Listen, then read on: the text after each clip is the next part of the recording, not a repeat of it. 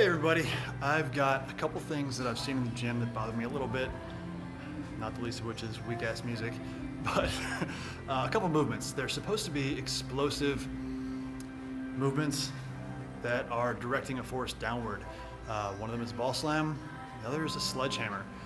But I see people just kind of dropping the ball, picking the ball up, so they're missing a good portion of what the movement is intended to do. So I'd like to give you a couple tips on doing the slam ball appropriately, doing the sledgehammer appropriately. First, we'll start with the slam ball. One of the tips has to do with direction of force that you're applying to the ball so that you can actually catch the ball. One of the complaints I hear about, I hate doing slam ball because I gotta jam my fingers under the ball, I scratch up the back of my fingers, whatever. If you actually slam the ball with some force and have directed the force appropriately, you're going to be able to catch the ball. It only bounces, an inch or two, but you can catch it without grinding your fingers underneath the ball. So we'll start with that one. I've used a 50-pound slam ball here so that I can show you that it works with heavy ones too. It's not just the little light ones that'll give you a little bounce. All right, here's those two tips for the slam ball.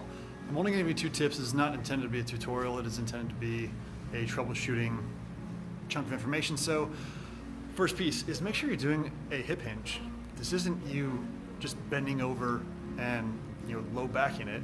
This is a hip hinge. So violently hip hinge, and then the direction of force that I mentioned earlier, that is just between the balls of your feet. If you let the ball slam out in front of your feet, you've got to lean over to catch the ball. You're not going to catch it. And if you do, especially using heavy balls, it's going to tug you over. You're not going to get a good return.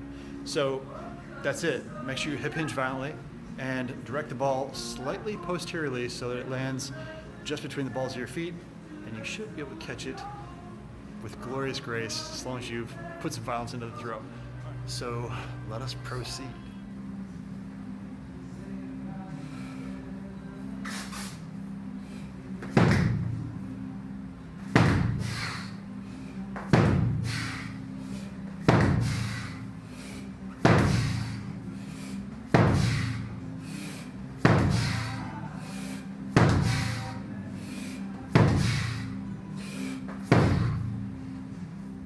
All right, onto the sledge.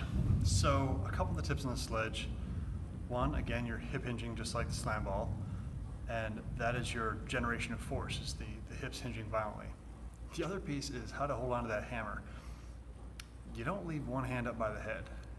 So as you collect the hammer from a strike, bounces back, especially if you're using a tire, it bounces back.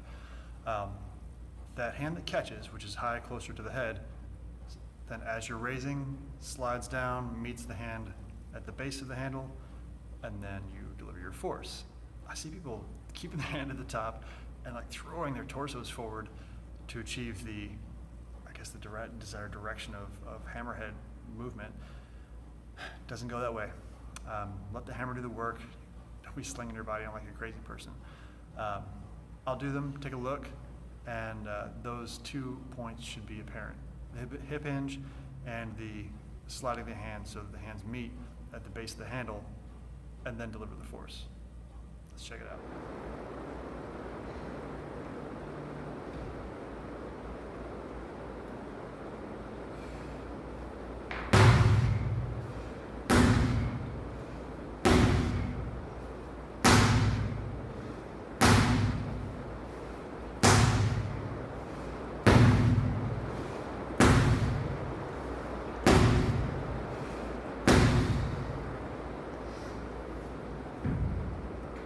All right, I hope those tips in smashing stuff into the ground have been useful for you and they will become effective in your workout regimen.